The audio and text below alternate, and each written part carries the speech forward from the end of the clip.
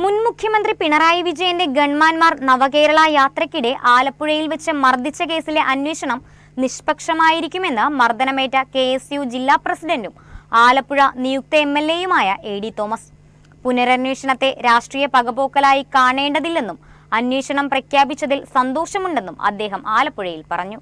മുൻ മുഖ്യമന്ത്രി പിണറായി വിജയന്റെ നവകേരള യാത്രയ്ക്കിടെ ആലപ്പുഴയിൽ വെച്ച് മുൻ മുഖ്യമന്ത്രിയുടെ ഗൺമാൻമാർ മർദ്ദിച്ച കേസിൽ പുനരന്വേഷണം നിഷ്പക്ഷമായിരിക്കുമെന്ന് മർദ്ദനമേറ്റ KSU ജില്ലാ പ്രസിഡന്റും നിയുക്ത ആലപ്പുഴ MLAയുമായ AD തോമസ് പറഞ്ഞു.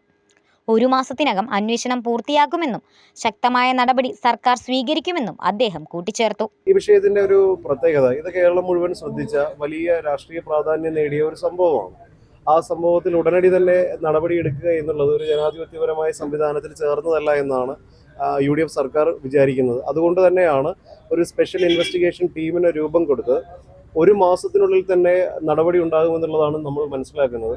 ഒരു സ്വാഭാവികമായ ഒരു അന്വേഷണം നടക്കണം. ആ അന്വേഷണം നടന്നതിന് ശേഷം ആ റിപ്പോർട്ട് മുഖ്യമന്ത്രിക്ക് നൽകി ഒരു തുടർ നടപടി ഉണ്ടാകുമെന്നുള്ളതാണ് നമ്മൾ പ്രതീക്ഷിക്കുന്നത്. അത് സ്വാഭാവികമായി അങ്ങനെ തന്നെ സംഭവിക്കണമെന്നാണ് നമ്മൾ ആഗ്രഹിക്കുന്നത്.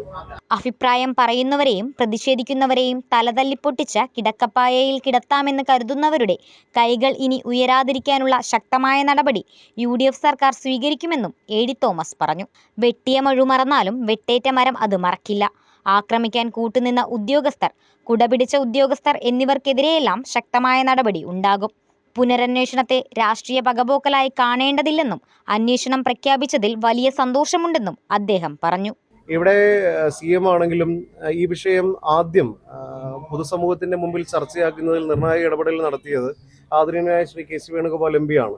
അന്ന് തന്നെ അദ്ദേഹം പറഞ്ഞിരുന്നു, ഇത് ഞങ്ങൾ എല്ലാ കാലത്തും ഓർത്തു വയ്ക്കും എന്ന് പറഞ്ഞിരുന്നു. അന്ന് പ്രതിപക്ഷ നേതാവ് ആദരണീയനായ ശ്രീ VD സതീശൻ അദ്ദേഹവും ഈ വിഷയം എല്ലാ കാലം ഓർത്തു വെക്കപ്പെടും എന്ന് പറഞ്ഞതാണ്.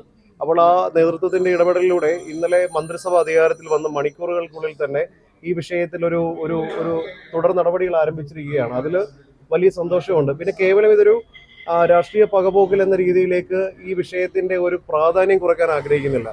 ഇത് കേരളത്തിൽ പ്രതിഷേധിക്കുവാനുള്ള, അഭിപ്രായം പറയുവാനുള്ള, സമരം ചെയ്യുവാനുള്ള എല്ലാവരുടെയും അവകാശം, ആ അവകാശം സംരക്ഷിക്കുവാനുള്ള ഒരു പോരാട്ടമാണ്. ആ പോരാട്ടത്തെ ആ വലിയ രീതിയിൽ തന്നെ കാണണമെന്നുള്ളതാണ്. കേവലം ഗൺമാൻ അനിൽകുമാർ, സന്ദീപ് അങ്ങനെയുള്ള 3-4 സുരക്ഷാ ഉദ്യോഗസ്ഥരുടെ മാത്രം വിഷയമല്ല. ഇവിടെ കഴിഞ്ഞ ഒരു 10 വർഷക്കാലമായി രാജാവിനേക്കാൾ വലിയ രാജഭക്തി വെച്ച് പുലർത്തുന്ന ചില ഉദ്യോഗസ്ഥരുണ്ടായിരുന്നു. ആ ഉദ്യോഗസ്ഥർ ഇനി ഒരിക്കൽ പോലും സമരം ചെയ്യുന്നവരുടെ, അഭിപ്രായം പറയുന്നവരുടെ തലയ്ക്ക് അടിക്കുവാനോ ചെടിച്ചട്ടി കൊണ്ട് തലതല്ലി പൊളിക്കുവാനോ ഉള്ള ധൈര്യം കാണിക്കരുത്. അതിനുള്ള ഒരു നടപടിയാണ് UDF സർക്കാരിന്റെ ഭാഗത്തുനിന്നുണ്ടാവേണ്ടത്.